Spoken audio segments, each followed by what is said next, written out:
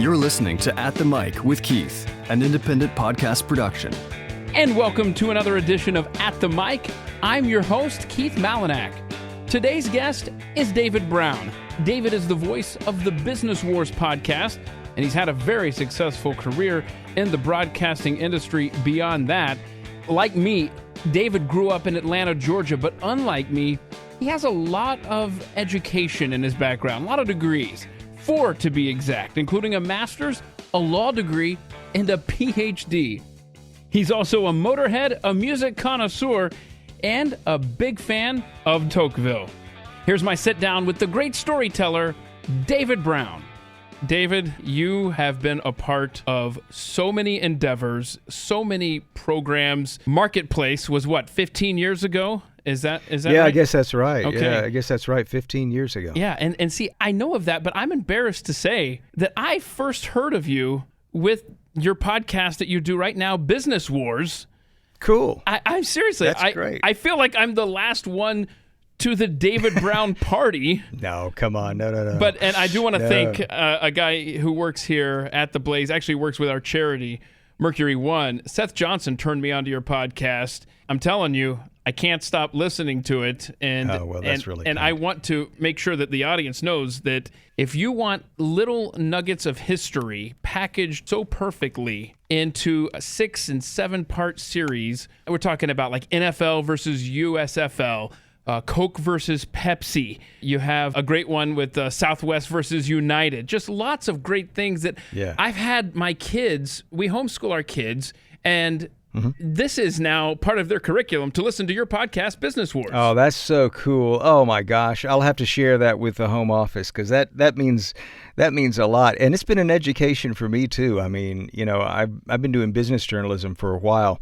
but I feel like one of the things, I mean, can you have a better job than one where you're constantly, learning? I mean, and in a way, Business Wars has been a wonderful outlet for me too. But I'm so happy to hear that your kids listen. That's really cool. You're such a great storyteller. Well, first of all, you have the greatest voice. Let's be honest. It is. Oh, that's kind. You have an extensive background that we will cover in detail here. But nowhere have I seen in your past any kind of theater or any kind of acting, but yet you pull off these characters in these stories so wonderfully. You bring these stories alive. Do you have any kind of background in theater or performance? Well, not really. I did some stuff in high school, but that doesn't really count. But I have to say, that was one of the most challenging things when I got this opportunity.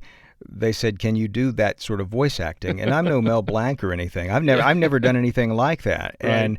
And so I didn't really know much of what to expect, and it's been sort of hit and miss. And I'm, and one other thing that we should say when we do those sort of recreations, we're kind of careful to note at the end of each episode, these are dramatizations. Right. Quite often we don't know exactly what was said at the time, but it's based on our best research and that sort of thing.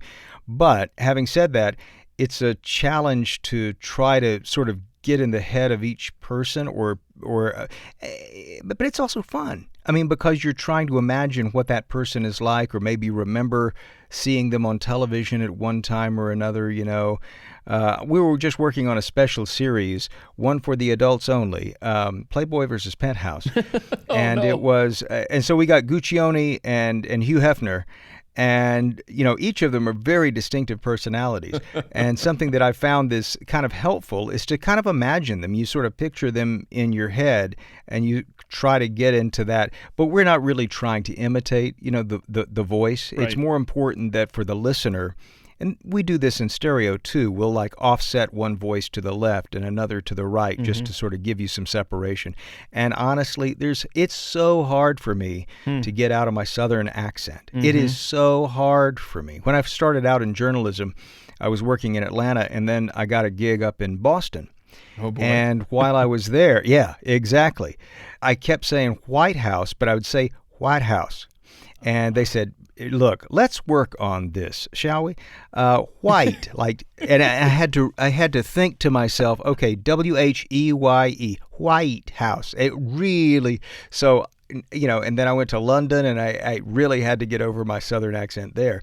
But it's been a wonderful journey, and the acting part of it is just part of the learning process too. And I hope I get a little bit better at that. But you're nice to share the compliment. Oh, sure, absolutely. And I know exactly what it's like to be a Southern boy.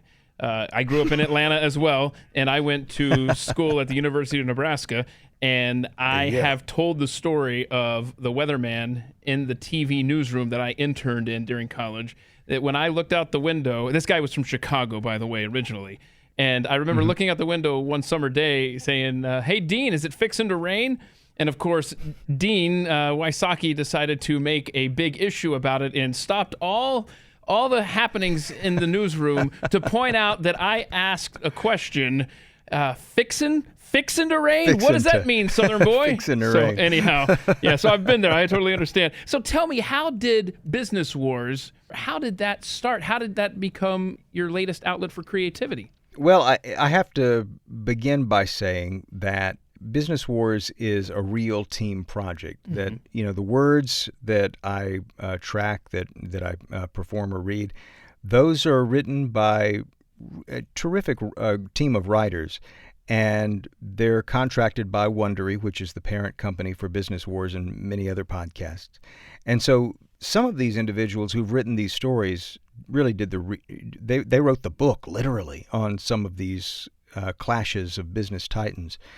So then you have a series of editors. Karen Lowe is one of them, Jenny Lauer-Beckman, Emily Frost. They go through the scripts and try to sort of fine-tune the copy for the ear, because writing for the ear is different than writing for the eye, as I'm sure you know. And so we have to, and then we go through it, and quite often, once we're done, we're back making tweaks, because we've discovered something that sort of changes something in the script, or maybe something that they wrote didn't quite work for the ear the way that we all thought it did. So we're constantly tweaking, but it really is a team effort. And I got into it because I had been at Marketplace, and one of the producers at Wondery, which is based in Los Angeles, as Marketplace is, knew that I had a real interest in business, and they were looking for a host. And they called me up and got me on the speakerphone, and got the founder of Wondery and the Business Wars concept, Hernan Lopez, there in the room, and a couple of other producers. And they sort of shot me a script cold, and they said, try this. And so I did my best, and as I was about, a few paragraphs in, they said, that's it. Can you start next week? Oh, wow. And so it was one of those situations. It was, and I really do think of it as a blessing. I mean, I see this as a wonderful blessing for me and for my family, and it's just been a terrific opportunity too. So, and one that I don't take for granted at all. And we're just so pleased that it's been as successful as it has, but not without the hard work of so many people that are on the team. Yeah, it's definitely obvious that there's some very talented people associated with that podcast. So congratulations. I love it. And like I said, it is a part of the curriculum now. And I don't know that I'll ever see any of my ideas make it into their own you series. Sent some good ones, Do you man. think so? Okay, you sent good. over some good ones. Okay, cool. So anyhow, you and I grew up in Metro Atlanta. I'm not sure what year you were born. I was born in 1976, and I was there till 94. And well, let me put it this way. I in 76, I was putting up a KISS poster for the bicentennial on my wall down in Fayetteville. Are you so for real? That's about the time zone I'm talking about. My goodness. I thought you and I were very close in age. Okay, well, never mind. Okay. Well, I don't want to. No, see, I was only 1 year old and I was into KISS. No, I'm kidding. but seriously, no, I've been doing this for a while now. Okay, so, all right. yeah. And it's obvious now that you say that because of all the things that you've been a part of, but Well, first of all, I have to ask you, growing up in Atlanta, because you were in Fayetteville, south of town. I was up north of town in Marietta, Cobb County. But did you grow up, are you a Braves and Falcons, Hawks fan? Are you sports-minded at all? Do you enjoy following those teams? My grandmother loved to follow the Braves, and so we would watch the Braves quite a lot. And I think that was my first experience, was going to a Braves game at Atlanta Fulton County Stadium, which is no longer there. Yeah. But I can remember one of my really earliest memories was when, and I must have been just a tot, but Atlanta had won an expansion franchise. I believe it was 66 or 67. Yeah, you're right, 66. And they had a contest for naming the team. Yeah. And a lot of people put out names. I think a woman down in Griffin, Georgia, won the contest. Yeah. Falcon. As a teacher, Falcons. Yeah. Yeah. But I remember, wanting to call them something like the Fireballs or something. You're just a couple of years old. What are you going to say? Right. But so I lost, alas. The Atlanta Fireballs never quite made it. But I've been a Falcons fan since the very beginning, and going way back when they got Tommy Nobis at Texas to be their first star. So yeah, I remember a lot of incredible. I think I'm probably more of a football fan than any other sport. That's probably the one that I gravitate to, but I never really played sports that well. Okay. It was anything that didn't involve roller skates and a disco ball, I personally couldn't participate in very well. Understood. Yeah. Well, yeah. So as a fellow lifelong Falcons fan, we live and die by that team. We do a lot of dying, that's for sure. And on a world stage, I would like to point out. Yeah, so you grew up in Fayetteville. You have one sibling, a brother, older or younger, or where were you? He's a younger brother, but I have to say that I learn a lot from him. I mean, he's one of the smartest guys that I know. He has his own business in Atlanta, and actually lives in the town where we both went to school, which is College Park. You probably know a little bit about that. There's a nice old school there in College Park, and he's been not affiliated directly, but his son went there, and I think his son is now a scholar at Georgia Tech. So they've very much stayed in Georgia. Okay. But I've been sort of hopping around all over, and so, but we stay in touch. We're going to go down and reconnect with them this summer down in Florida. Oh, good. And so, yeah. But he's a smart guy, and we don't agree on everything, but that's what makes our relationship spicy. You talked about going all over, living all over, and really that goes right to your college experience. Because I want to lay this out for people and take me through as you can here. You went to Georgia State University where you got a bachelor's degree. That's in Atlanta. Okay. Right. What was your major there? It was journalism. It was journalism. Okay. It was an interesting thing. And to be honest, a lot of my friends went to some of the more highfalutin schools, I guess you could say at the time. And Georgia State, especially then, I think a whole lot less now, but especially then, was considered a sort of an urban university, a night school for graduate learners, that sort of thing. And so I had just not applied. I was very much into rock and roll at the time and figured that I would be the next, superstar. Seriously, but that may be the only thing that you haven't accomplished in your life that you want to do, No. and that's be a rock star, right? Yeah. Well, no, that's hardly the case. But there's a lot that I'd like to do someday. But rock star was definitely what I thought I would be doing, and my parents were both educators, and it was important to them that I at least go to college right away. Now, I don't know if I would recommend college right away these days, because I certainly wasn't mentally ready for college. I got a great job at a commercial radio station in Atlanta, and I really got educated in journalism for the most part there at work. But college gave me sort of they gave me some rules of the road, I think, and I was attending at night for the most part. So I would work during the day, almost always full time, and then I would go to school at night. I ended up over at WCNN, which was a radio station that 680, right? was kind of a spinoff. Yeah, 680, right. I don't know what it is today. Is it still WCNN these days? Or no? You know what? I think it is a sports talk station, but I'm going to look that up. Yeah. Well, it used to be News Talk, and it was really a spinoff of what was then called Headline News, or I'm sorry, it was called CNN2 back in the day, CNN2, and it was a more condensed version of CNN1. And I think nowadays it's called Headline News, and it's got a lot of long-form sort of talk shows and such. But back then it was 30 minutes, a quick update of the news. And so it sort of worked on radio. But it was one of a few stations that I had the real privilege to work at there in Atlanta. And it was a wonderful springboard for a career that, goodness knows, I never really sought out, to be honest. WCNN, when you worked there, was it located in CNN Center? Because as you're telling this story, I'm having a flashback to one of the many ways I fell in love with radio and wanted to do this. Whenever we would go down to a Hawks game, we would go next door to the CNN Center, and there was that radio station, WCNN, Yeah. and you would just, I would just put my face up against the glass and watch for lack of a better term, the DJ, the news talk person, the board op on the other side of the glass, and just stare at the controls until it was time to go to the game. And I just had a flashback just remembering that as you were telling the story. But they weren't housed in that building at that time. No, they weren't. No, they weren't. They had actually just changed call signs, and CNN was so new.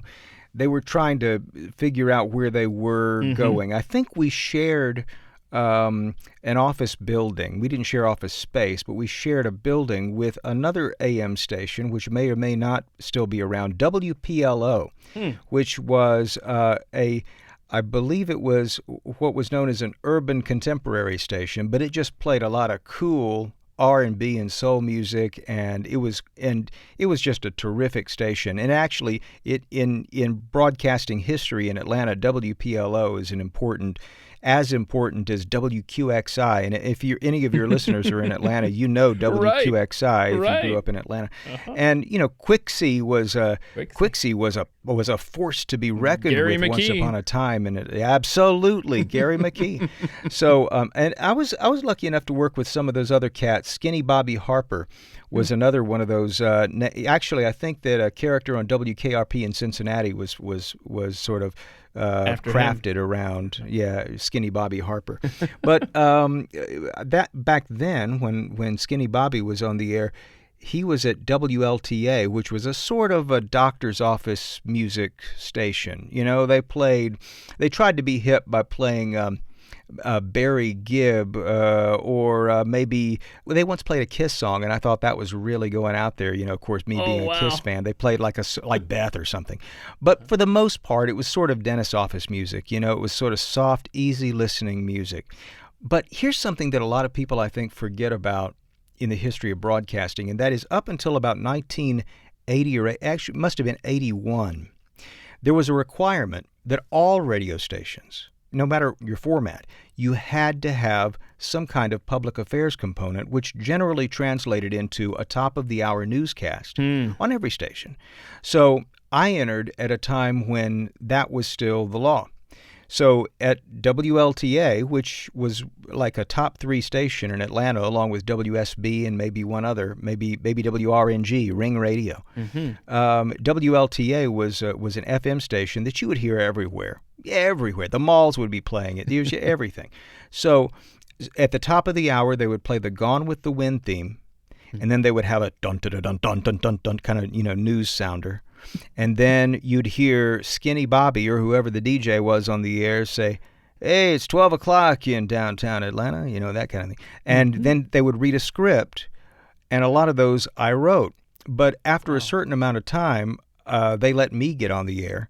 And I try to get my voice into Walter Cronkite mode. And everyone knew I must be some teenager trying to sound, And but it was a great, gave me a great running start. And as a little weird kind of twist of fate, the sales department kind of got out ahead of the news department, and they came up with this idea for a football roundup on Sundays. And so I volunteered to do it. and we would take a look at the Journal-Constitution Sunday morning, and they would have all the helmets, back to back, and which, what the face-offs were going to look like today. I remember that page well, yes. Yeah, and so I would kind of do a recap using a lot of the nuts and bolts that I'd pull out of the paper. And so I would do like a 10-minute sort of sportscast kind of thing, who's got the line, and who's looking good, what to look out for in this game, what the impact might be on the overall standings. And it was a blast. And Coca-Cola, which is an Atlanta tradition, an institution, they underwrote it, and so it kind of took off and had some legs of its own. But I was always very proud of that because it was something that just, I don't know, it just kind of appealed to me because I was a football fan, and it didn't require a whole lot of heavy lifting. And it was something that, and by the way, this is kind of a secret, I think, in radio.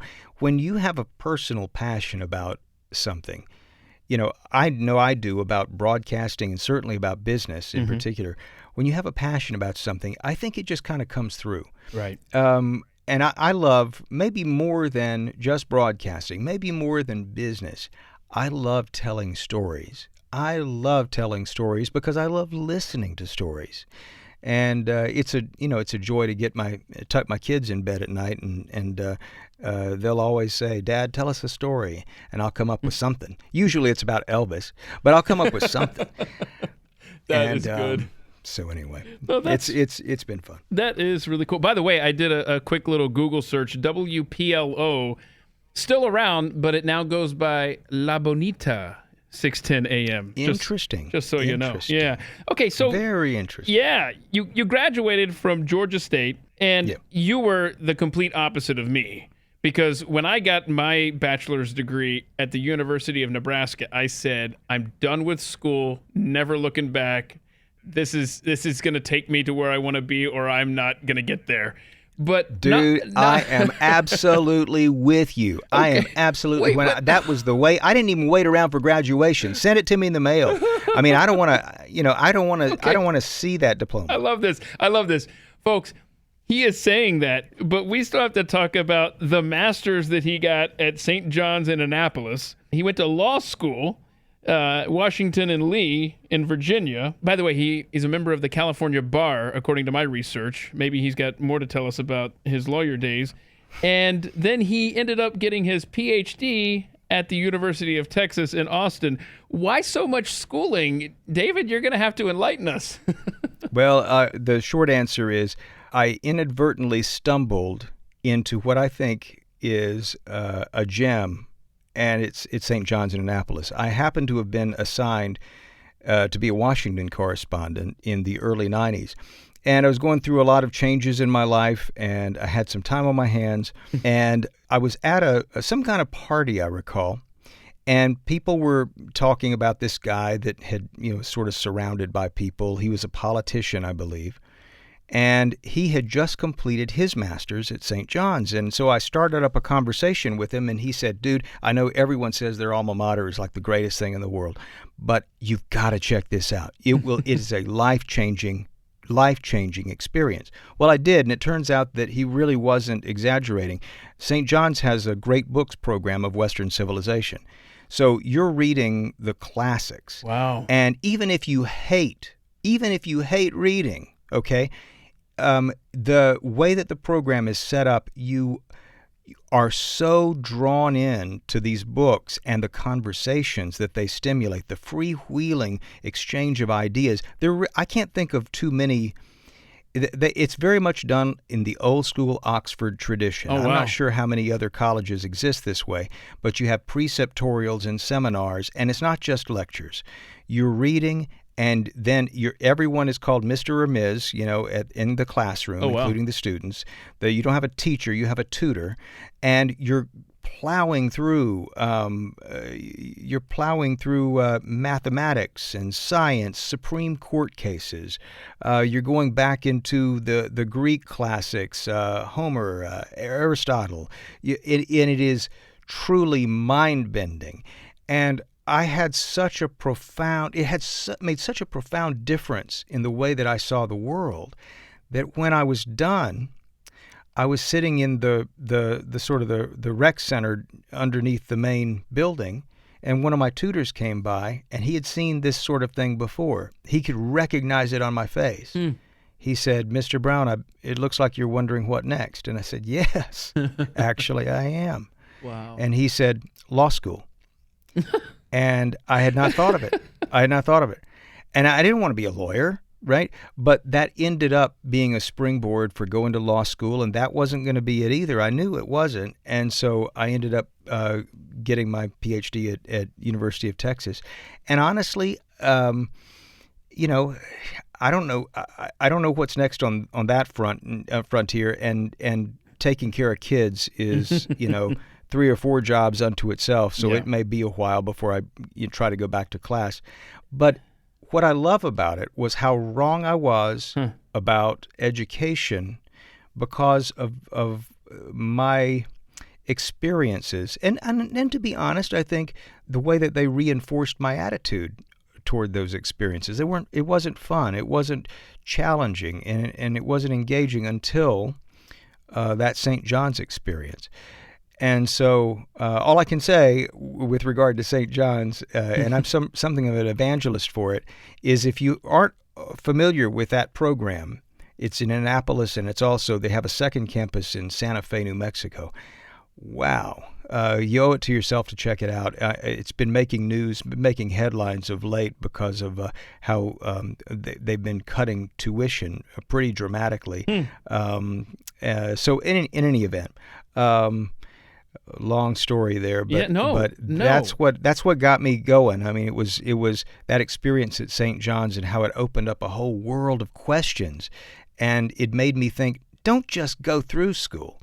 Use it as a tool to learn, to answer those questions that keep coming up. And, I found out that the people that I really appreciate in academics are those people who never stopped asking questions, not the ones who have all the answers. It's, and that's kind of the downer. It's like you feel like someone's just feeding you all this stuff and you've got to regurgitate it for the test.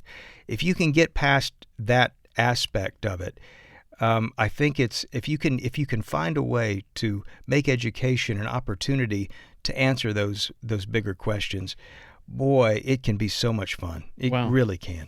That master's that you earned there, classics and great books, it really does sound like a very unique degree to go and earn.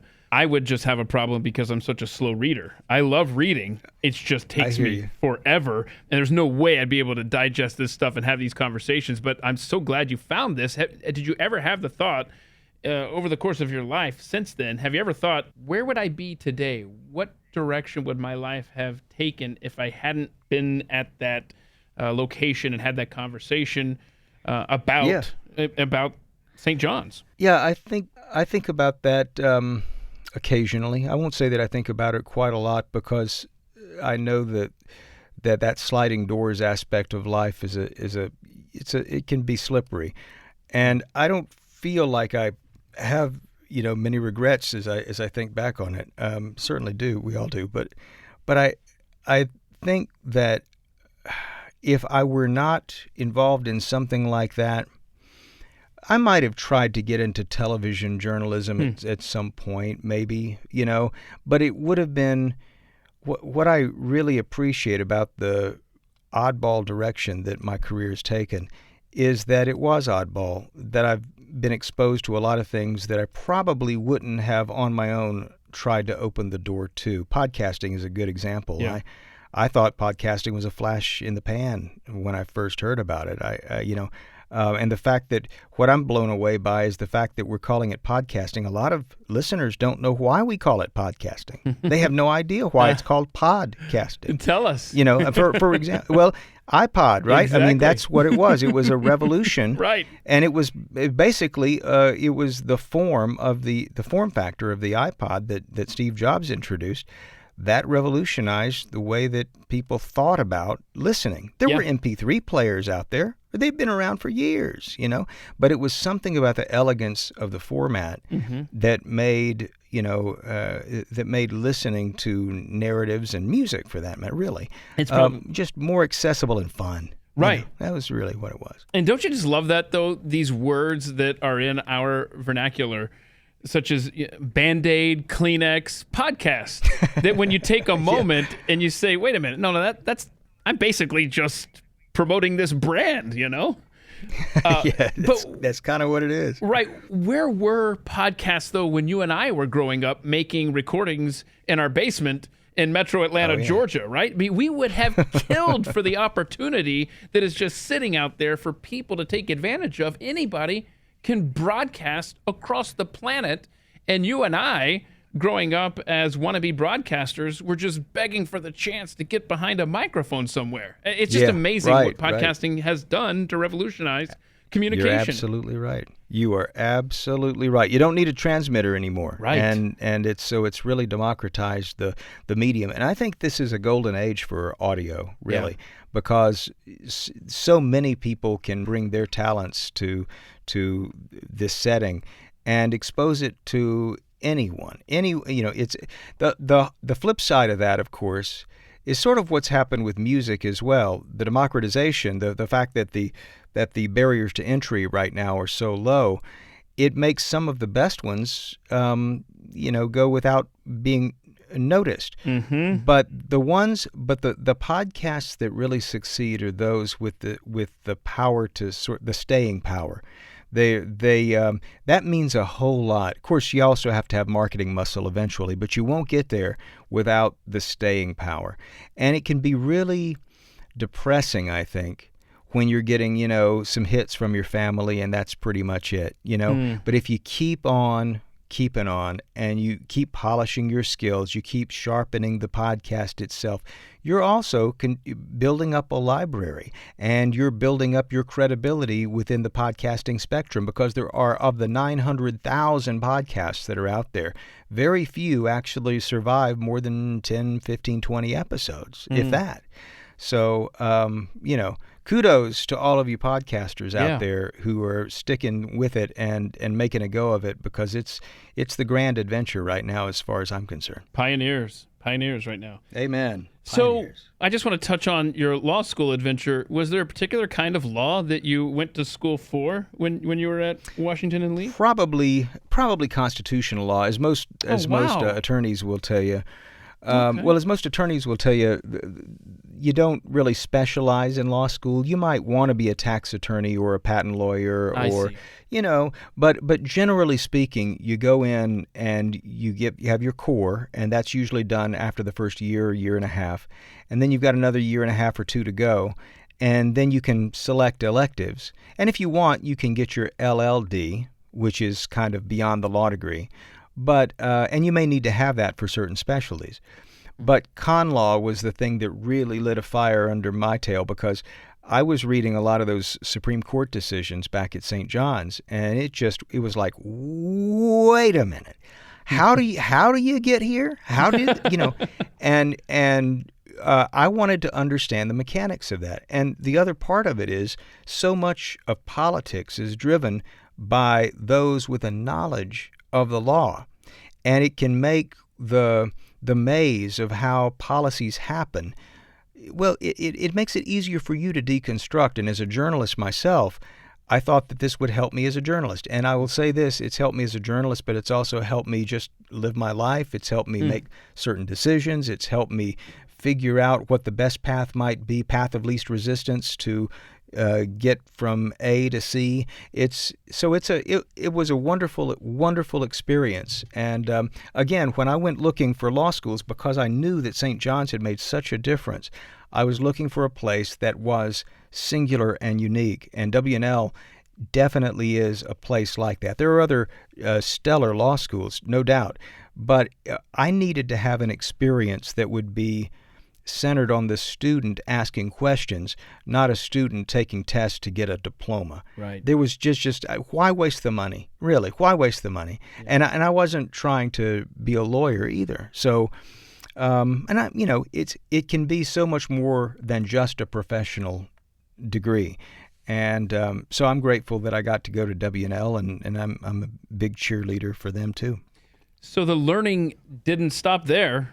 You ended up, I'd like to know how you ended up at the University of Texas in Austin. Well, I was working at Marketplace in Los Angeles around the turn of the century. Okay. Doesn't that sound weird? The turn of the I century. know, right. Isn't that weird? So back in the 1890s. But anyway, so turn of the century comes. I was working over at Marketplace, and and my wife who's also in this business, was called down to Austin to start up a news department. And so we were sort of commuting, although, to be fair, most of it involved me coming out to Austin from L.A. on the weekends. And I kind of fell in love with the vibe of Texas because it meshed a lot of things that I really loved. There's aspects of the South that I really love. I love the warmth of the people. I love the warmth of the sun. I really dig the kind of casualness and the laid-backness, but also the authenticity, you know. And in L.A., there are certain things that are just harder to find, like, for instance, a parking space. Or no, I'm being a little facetious, but the truth is, there was a point at which I realized, after going back and forth between Austin and L.A., you know, I didn't have any kids. I'd traveled all over the place. I laid down roots. I think at that point I'd moved to 12 different locations over the course of my career. And this is kind of par for the course for broadcasting. Correct. Many broadcasters Right. end up going all over the place, as you know. So I began to sort of wonder, what's home?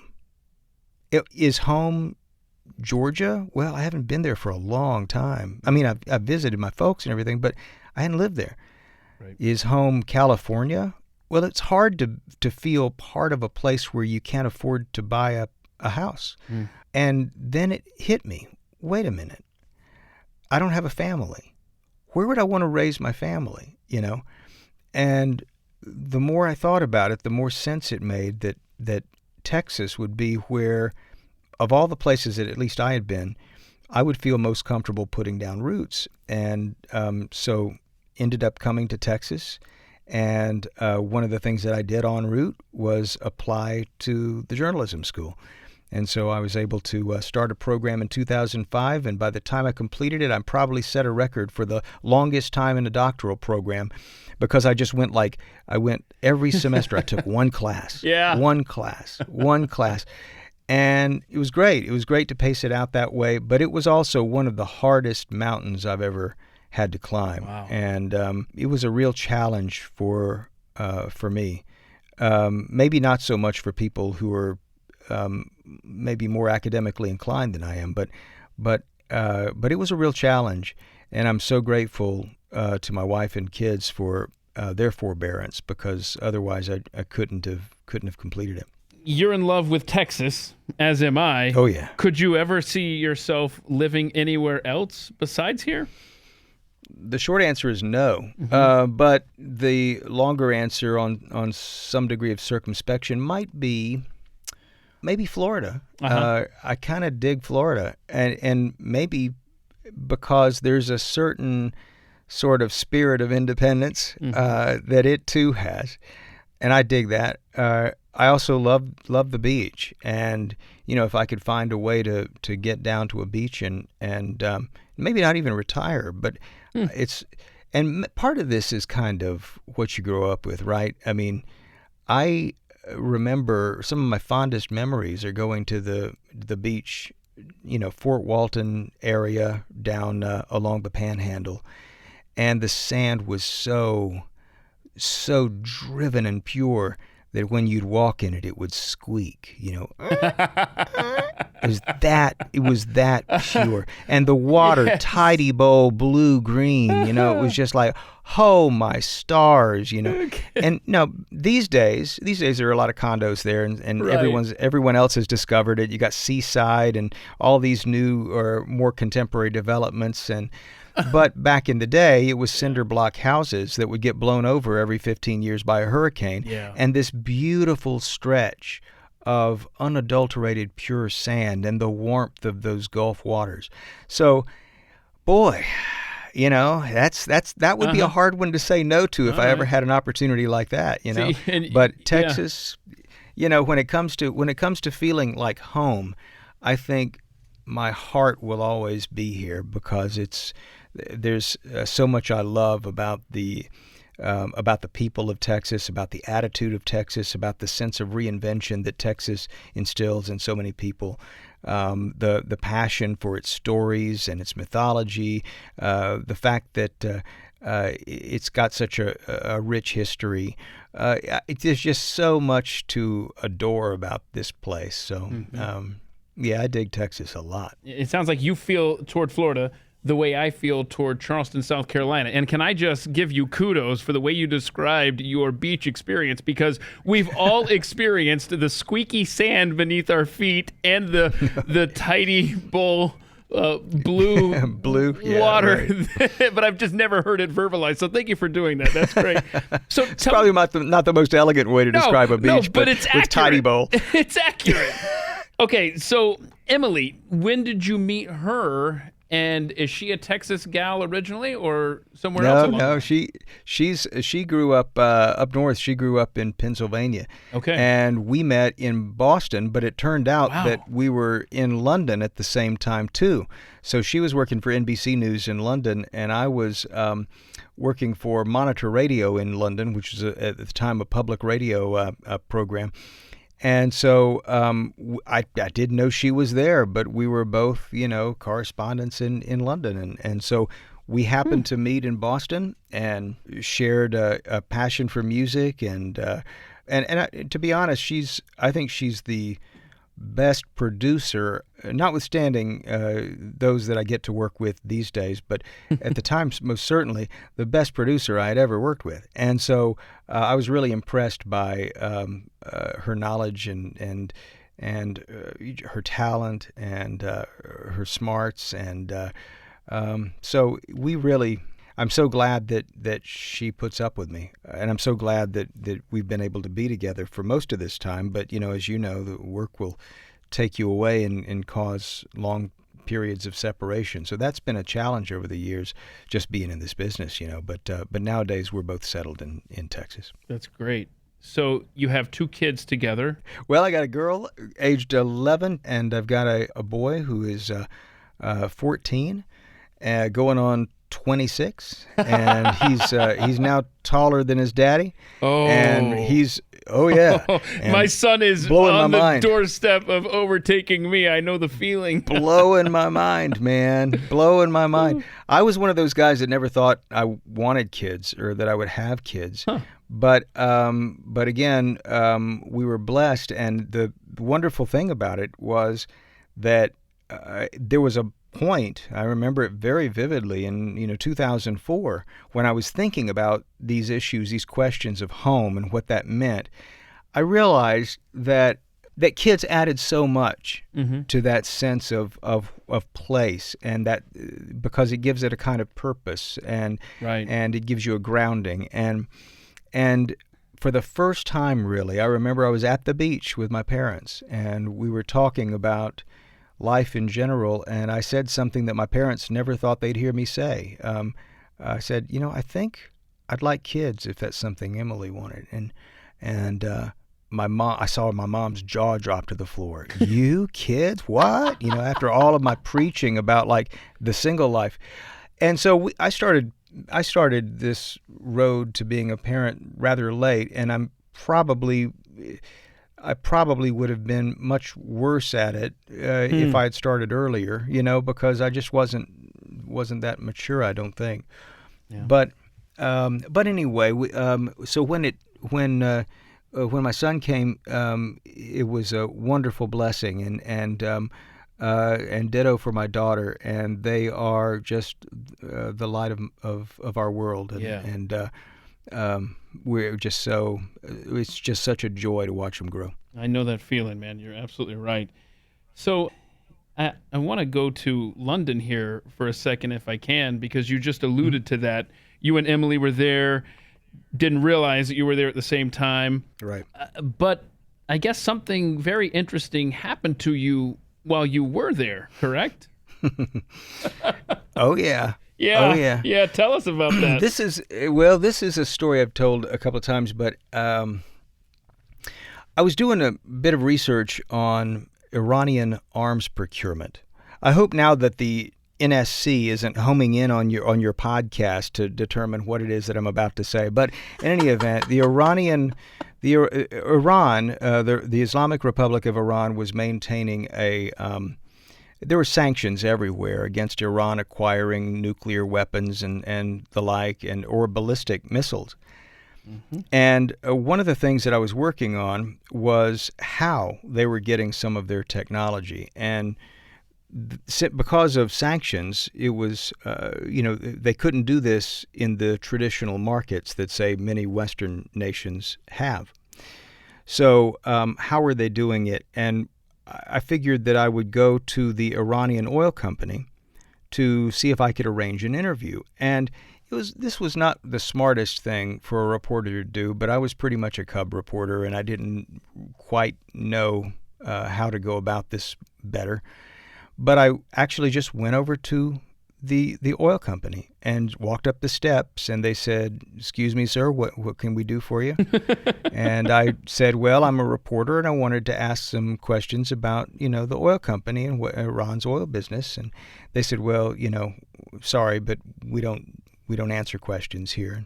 And of course, I mean, just somebody cold off the street, American accent in London. Right. What the heck? Mm-hmm. But I don't know. Something about it. I just kind of thought this is the better way to do it than to try to set up an interview, because I'm just going to get stonewalled in a formal interview. I just want to have a conversation with someone. So I figured if I get inside the building, I could maybe strike up a conversation and we could take it to lunch. Who knows? So I started to going back into the building another way, and man, they did not like it. So they grabbed me by both arms and pulled me out.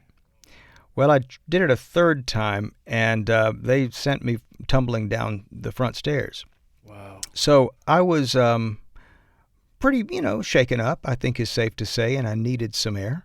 Mm-hmm. So I went walking around the corner. Now, the general area I'm talking about was just south of Buckingham Palace, and sort of in a little wedge between Buckingham Palace and where Whitehall is. Whitehall is where, say, the Prime Minister lives, and you have a lot of government departments. 10 Downing Street is in that general area. Mm-hmm. You've got the Houses of Parliament just around the corner.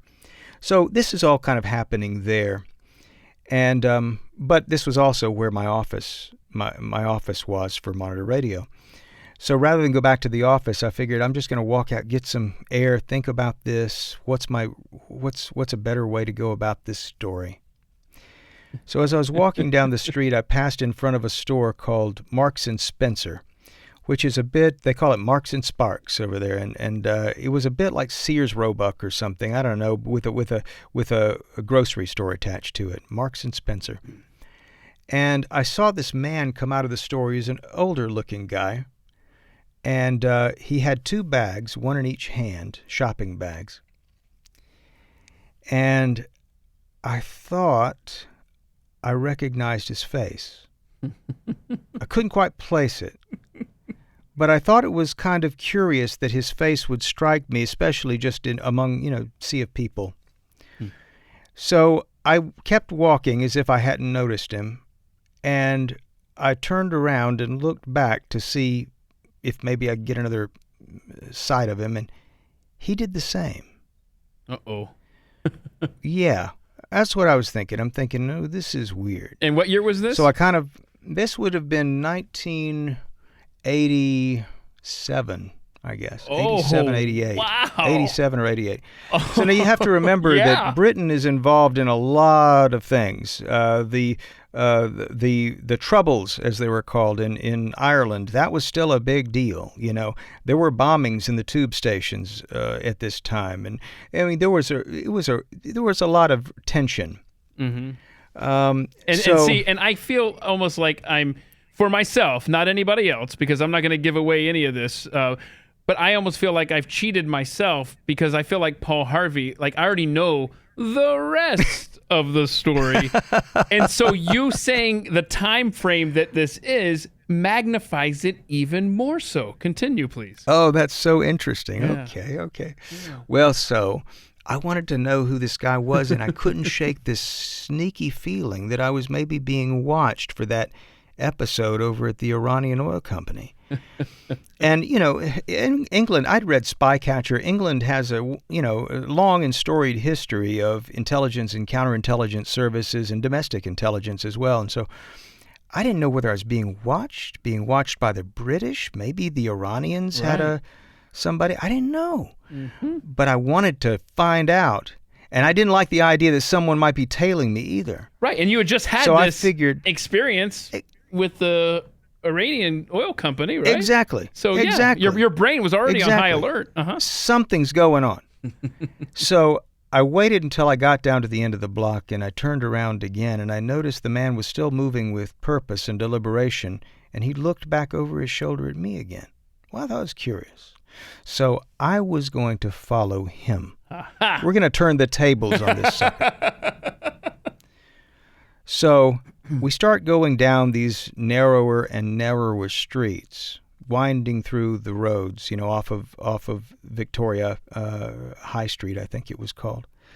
And the roads are getting smaller and actually they're emptying out in a way. There aren't cars on the side of the road. And pretty soon I notice it's just me and him, and we're just walking down these streets, and he'll turn a corner.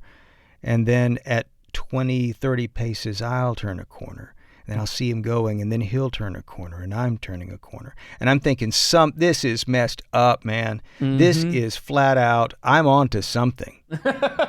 I'm onto something. So there's we finally get, the road opens up to a longer street. And it looks like a bunch of fairly nice houses, British houses, what you might find in, I don't know, I'm thinking of Grosvenor Square comes to mind, but there are these perfectly white painted houses and a long brick road. And the man walks all the way down the street, and there's no hiding me because I'm just standing out there behind him at some distance. Boy. And so then he stops. David. And puts down both bags. Oh, no. And then I hear above me, and I look up, and there are sharpshooters. Oh, God. So my mind is racing. What the heck? What are you doing? And then I realized who the man was. Now you know why you look familiar. And suddenly, without reaching into my pocket or anything, I said, "Mr. Thatcher, I'm sorry, I didn't mean to scare you." Margaret Thatcher's husband. "Mr. Thatcher, I'm sorry, I didn't mean to scare you. I thought I recognized you around the corner at the Marks and Spencer, and I thought, since I'm a radio reporter, what a wonderful get it would be to have you on our program. And I'm so sorry, I didn't mean to scare you or anything." So he starts to sort of smile, and he does his hands like, get down, like as if a signal to the people perched above. Mm-hmm. And so I said, "Would you mind if I gave you my card?" And he said, "Not at all." He said, "But I have to explain to you, young man. Me and the missus have an arrangement. I do the shopping, she does the talking." And I was like, okay, I understand it. And that's why I've never heard you in an interview. I think he actually did do one or two BBC interviews, but I'd never heard him in an interview. And I thought, what an opportunity. Man, could you imagine getting a chance to talk with Dennis Thatcher, the husband of the, right? Right. So I'm approaching him with my card, and I hand it to him, and he looks at it, and he says, "David Brown, well, if I have a change of heart, I'll let you know. I can reach you at this number." And I said, yes. And I knew I'd never hear from him again. Yeah. And I said, "I'm so sorry. I didn't mean to scare you, sir. Thank you so much for your forbearance. And I hope you have a good day." So I turned around and started walking down the street. And he said, Oh, Mr. Brown." And I said, "Yes, sir." And I turned around and he said, "I admire your go-go." That's awesome. Wasn't that great? Just has a great little capper right there. I admire your go-go. Go-go, yes.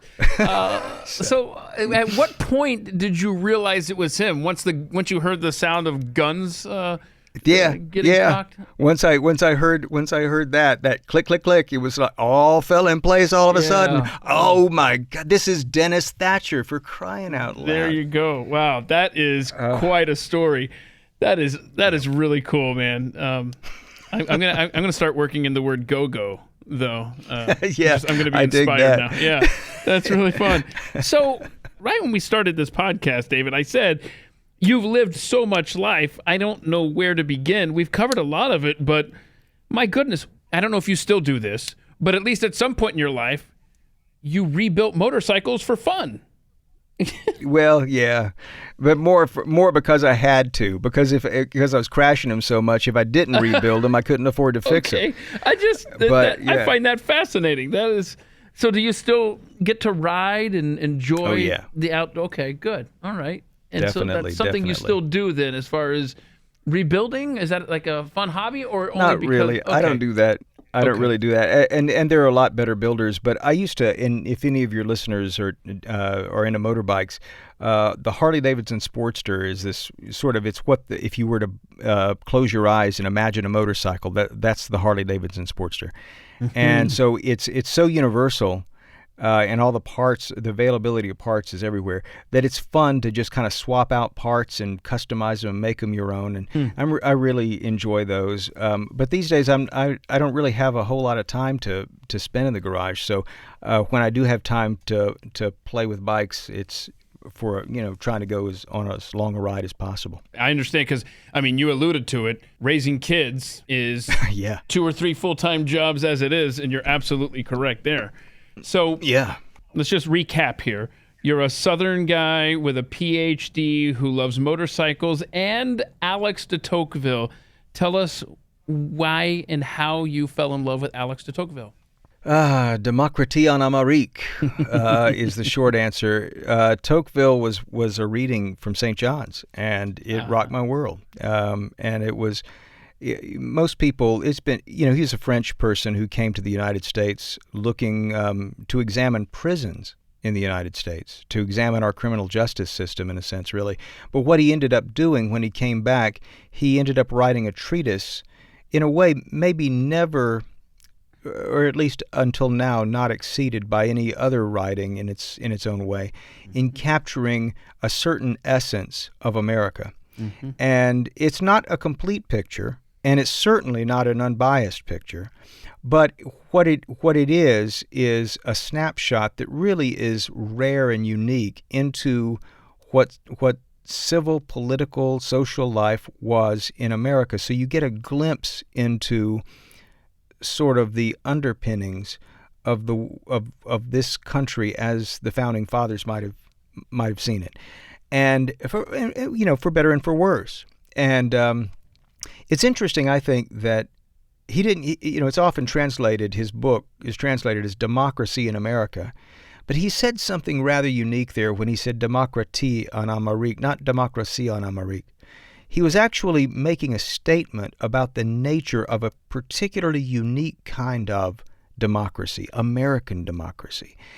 And he was hinting at the idea that was so important at that time in history, that the American experiment was just that. It wasn't a full-formed country, and that a lot of things were going to change, and this would always be this would be a more dynamic country than many in Europe had been, since the establishment of monarchies, and France was going through revolutions and that sort of thing.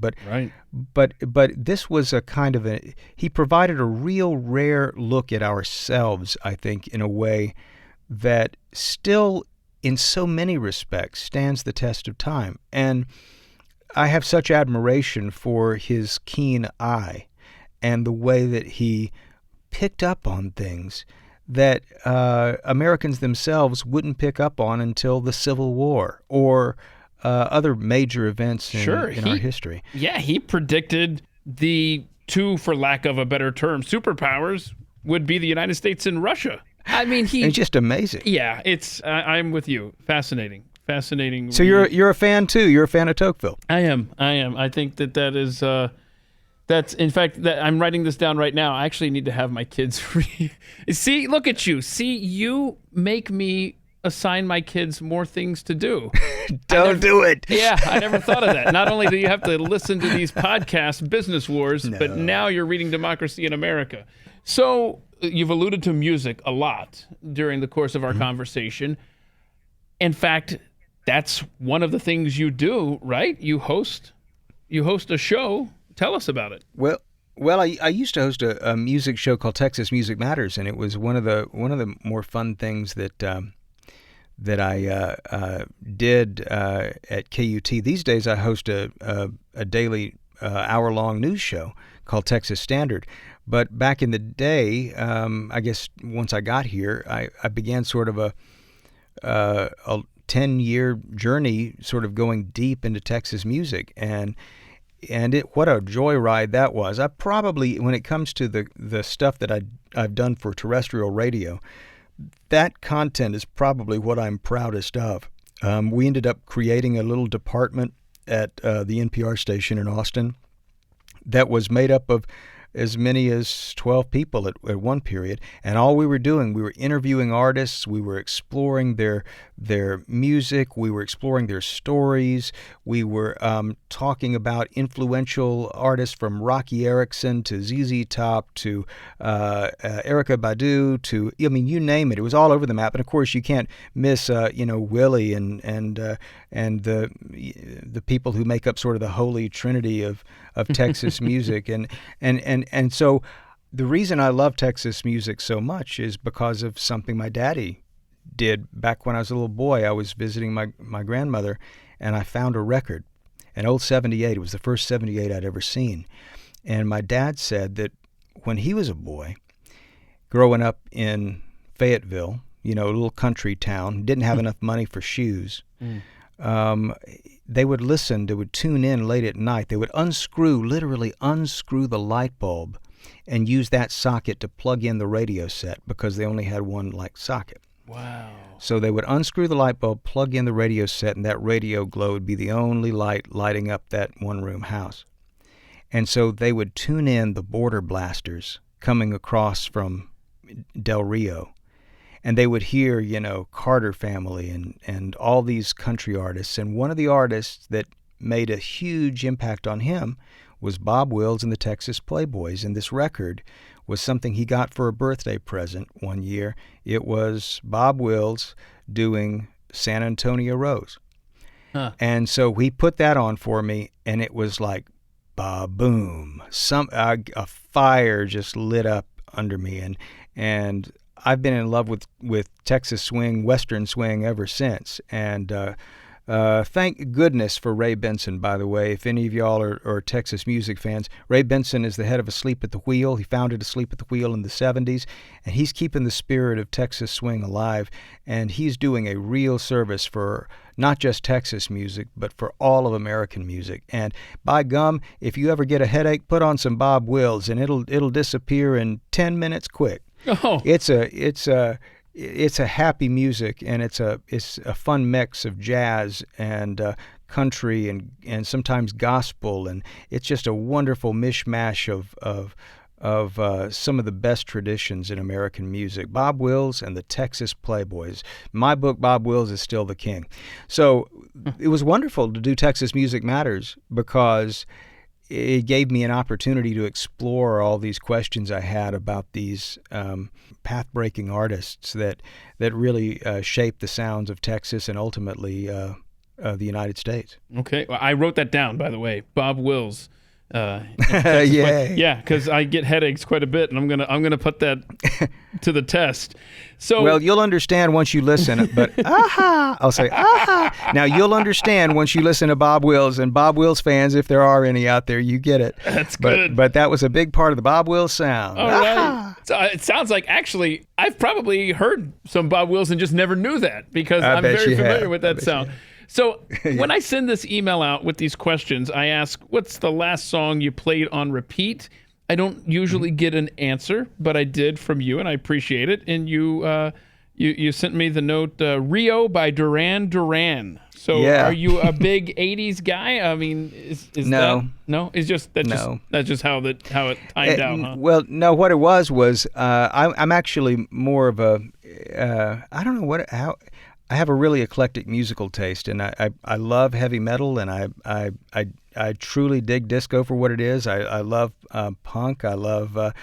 I really pretty much am open to just about anything and appreciate it, if not adore it. But the reason Rio was because I'm primarily a bass player. I wish I was a better guitar player, but I'm really I guess a bass player. Uh-huh. And so John Taylor of the band Duran Duran started up one of these YouTube. You don't want to call them podcasts, but a YouTube channel. Uh-huh.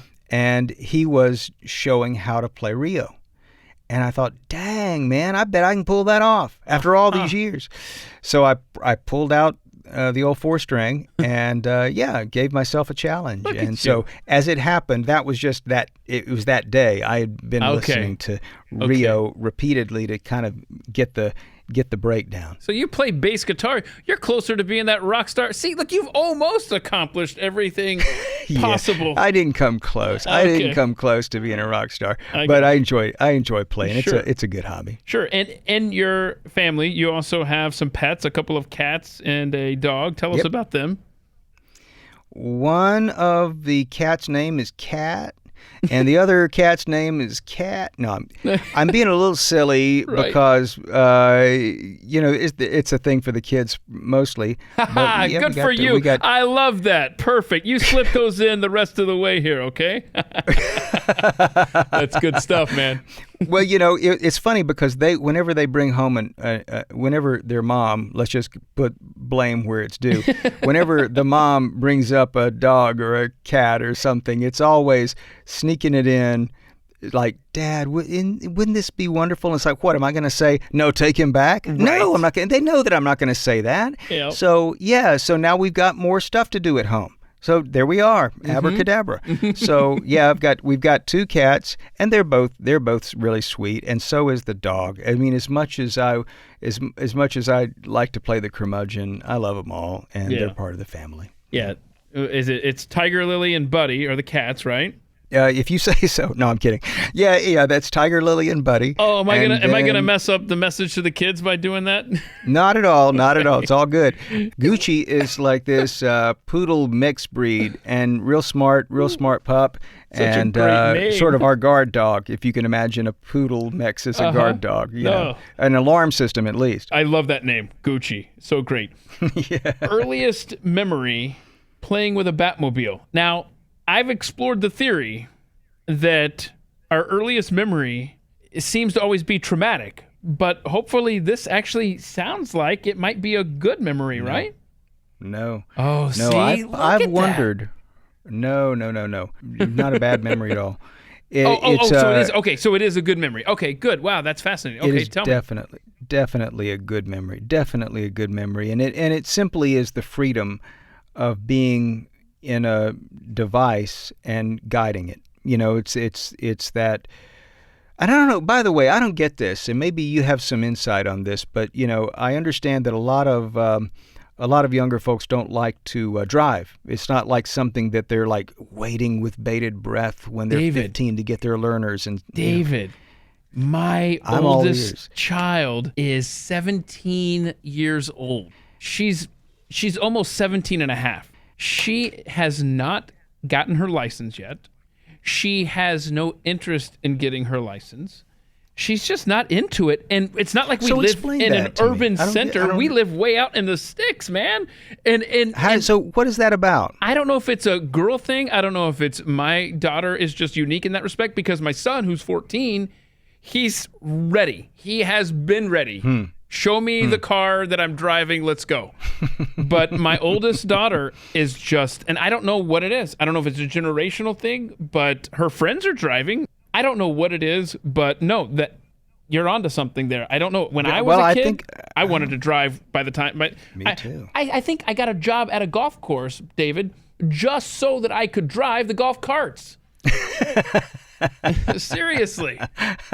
Anyhow. Yeah, that's how I started cutting my parents' grass. I got to ride around the riding lawnmower, right? I got to drive the darn thing. It was cooler than a Batmobile in a way. Didn't have black fins, but hey, made a lot of noise. So talk about your parents, because you say they've had the biggest impact on your life, correct? Absolutely. They were both educators, lifelong educators.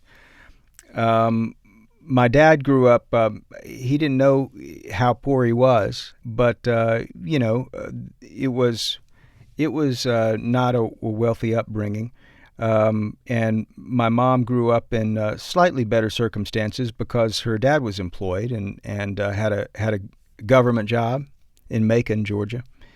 And I think it was hammered into them, this expectation that you can grow up to be more successful than your parents. And it wasn't so much a comparison or anything like that, but there was a certain idea that about parenting maybe at the time, and I guess it's still with us, but this idea that, we're creating opportunities for you, and now what are you going to do with it once you're out of high school? And my parents really grabbed that. My dad, even though he had trouble, I don't think that he would mind me mentioning this, he had trouble spelling words. He ended up getting his doctorate eventually, and so did my mom. And they were both public school administrators, and did so all their lives. My dad was also he was a math whiz, and maybe what was for me, I words came easier for me. For him, numbers came easier, and so he was one of the first in our area to lock into the promise of personal computing. And I could remember him, rigging up TRS-80 Radio Shack computers, and trying to come up with ways to do all kinds of crazy processing and for work and for his own school, his own education. And both of them were very much into church. It was really important. And I think that love, if I can be candid, I think that love of something greater, religion, to be blunt, it was probably the greatest gift that they could have given me, and they never gave up. As much of a, that I could be, and certainly as a teenager, they never gave up, and were always, and in a gentle way. They were never trying to force feed me religion or church. They did so in a way that demonstrated the power of love, and it's and honestly, I think the love of education ultimately goes back to them, because they saw it as an opportunity, not as a burden. And it took me a long way to get there, but I think that what they had understood when they were younger, when really any opportunity was a golden opportunity, I think that because of all the things that they gave me and did for me, I didn't understand that education could be that any opportunity was a golden opportunity. I love that. And maybe, I know these days it's kind of more popular to say, you don't have to swing at every ball. But when you got nothing, dadgummit, you better swing. You better swing. And I'll tell you one other thing, and I'm sorry I've been so long-winded, but no, I love it. I wouldn't be doing radio, man. I would not be doing radio were it not for something my dad did to me on Georgia 1941. I think that was a road that was immortalized in an Allman Brothers song. But I was playing in a rock band, and I didn't want to do anything but play in a rock band. And this was as my senior year had wound down at high school. And, you talk about where would you be? Lord knows. I mean, seriously, Lord knows. But I was playing in a rock band, and he had insisted that I couldn't stay at the house unless I was searching for a job because I was going to go to school, but I needed to get a job and I needed to, and I told my dad, hey, look, I'm playing the band. We're making money.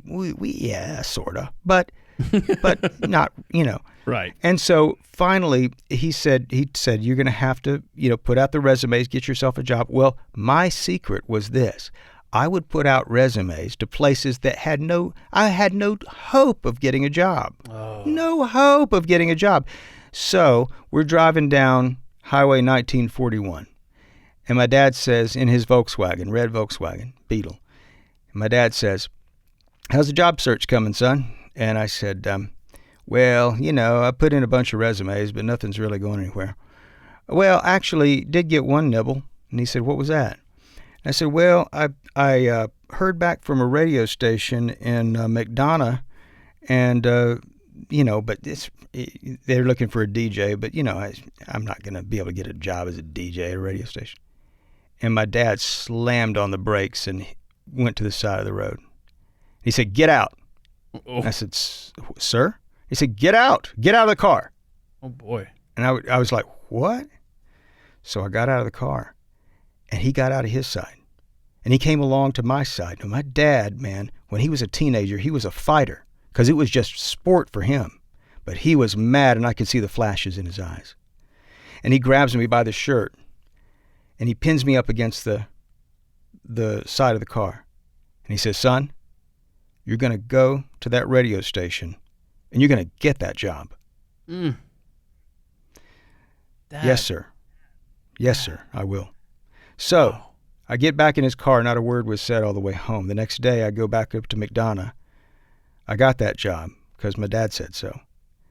And I was basically spinning records and having, gospel preachers come in and read the good word over the air live. And I was ripping and reading news copy. And then a tornado warning came in. And I still get chills when I think about it. And I had to read the bulletin, from Hartsfield International Airport. The National Weather Service reports a tornado in Henry County heading north-northeast at a speed of 25 miles per hour. All residents are warned. So I interrupt Linda Ronstadt, and I go reading this on the air. And I could see cars below us. We were in the only multi-story building in McDonough, Georgia, a little 3-story building. I could see cars pulling off to the side of the road and people getting out and getting into ditches. And it filled me up with this idea of the power of radio and the power of information and how it can be a public service. And the next week, I put out all of my resumes to as many radio stations in Atlanta, and this time I'm in it. I wanted a job at a radio station, a real big radio station. And I got one. And it wasn't because I really earned it or deserved it, but I really wanted it. And I can say this, sometimes I don't know which direction my life's going to take, but I do know that being open to opportunity and being open to the possibilities that are out there, just being open to it in your heart, will open up paths that you just never really dreamed of, and it enriches your life in ways that you couldn't possibly plot out on your own. I'm so incredibly blessed to have had the opportunities that I've had, and I'm so grateful that my parents never gave up. Your dad, what an inspiration just from that story, that he was not going to let you just not try. Right. As the quote from Wayne Gretzky says, you miss 100% of the shots you don't take. And right. he instilled in you that lesson perfectly, and you're sharing it today. That's great. Well, thank you for the opportunity to share it, because it means a lot to me. Absolutely. So I ask this question, what is your most embarrassing moment? And so I want a clarification on this, because your response is not being prepared for an interview. Are you saying that definitely happened to you? That was your embarrassing moment? Oh, boy. Oh, yeah, no. And sure who was this? Oh no! I know his name. Nobody else will know it. It's Okay. his name was Heino Kopietz, and so nobody's going to know it. But Okay. I'm sure he's out on the internet somewhere. Heino Kopietz, but he was an expert in arms, arms procurement and nuclear weapons and ballistic missiles. And along about the time I told you about checking out the Iranian oil company, that was pretty half-cocked of me to go to that Iranian oil company and try to get in. Well, it was pretty half-cocked of me to go to Heino Kopietz's office to seek expert comment talking about small and intermediate range missiles. And I'd really not done my homework. Oh, no. But I was so much in the groove of you grab a soundbite, you can sort of skate around, you sort of, and kind of approach it like, well, teach me something, teach me the report or something, and I'll write it into my story, that kind of thing. It's just a weak way to go about reporting. But by the way, a lot of people do it. You just you kind of got the subject, you think you can wing it, you go in there, you get your soundbite, you put the story together as you think it is, and honestly, ugh. So I went in there and did it, and he called me on it. He called me on it, man. He was with an organization called Chatham House, which was like a think tank in London, and he called me on it. He said, "Mr. Brown," and he threw out something about an SS9 or something, and I said, he said, "You don't know, do you?" Oh no. No, I don't. And it was one of those. It was super embarrassing, and he said, I would have expected more from someone from your organization." Oh no. That's a real shame. It was just like I could feel myself getting smaller and smaller and smaller. Right. And so I left just feeling pummeled and went home and just began studying. Just studied. And about 3 weeks later, I called him back. And I said, "Dr. Kopietz, this is David." He goes, "Oh, I remember you. Well, would you be willing to talk to me?" And he goes, "Are you prepared?" And I said, "Sure." So I went into his room, and man, I was ready to rock and roll. And I actually had some good questions this time. I had some interesting questions. So I asked him the questions, and he gave me some terrific audio, some tape, and we had a great exchange. And at the end, he said, "I've done that to almost every journalist that comes in here trying to get a quote from me. You're the first one to come back." Oh, look and at I thought, that. "Dag, dude. There Dag, it is, that's man. all right." You got some cred now. Yeah, with Heino Kopietz. So I don't know whatever happened to him, but I remember his name, and I remember it was a wonderful lesson that I think probably every reporter, probably deserves to go through if you're inclined to kind of cut corners. It doesn't pay to cut corners, and honestly, your audience is not well served. So You're right. It was a good lesson. I'm going to tell you about an embarrassing moment I had not being fully Please. prepared for an interview once. And it actually happened just a few minutes ago when I thought you still did the Texas music show. And you That's cool. See, so Dude, that's cool. I thought that was still a thing going on, but okay, I'm sorry. See, look, there's No, my that's all embarrassing right. not being prepared for an interview moment. No. Well, then you have led a charmed life if that's the worst embarrassment. Because Oh no! I just said that was my not being prepared for an interview moment. I didn't say it was embarrassment. No, Yeah, there's plenty no. of those. So, is there a proud moment? Is there an interview that you did that really sticks out in your mind where you thought, "Man, that was such a fun time, such a great interview that I had with so and so"? Does anything like that stick out? Kind of the flip side of your experience with the arms guy? I've had so many opportunities to speak with so many people that I don't know. I mean,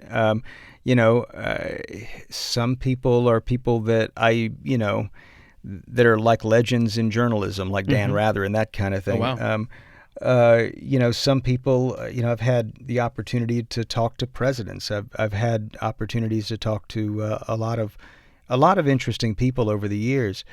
So I don't know that I really have like an interview that sort of stands out as like, proudest or shining moment or anything like that. I always think, I suppose I still think like I did when I was in my 20s, that there's always a better one that's coming. There's always going to be someone more interesting out there, and there always is. I mean, there's always been somebody with a more interesting story to tell. And so I don't know that I could single anyone out. I don't think it would probably be fair of me to Sure. even try, to be honest with you. Sure thing.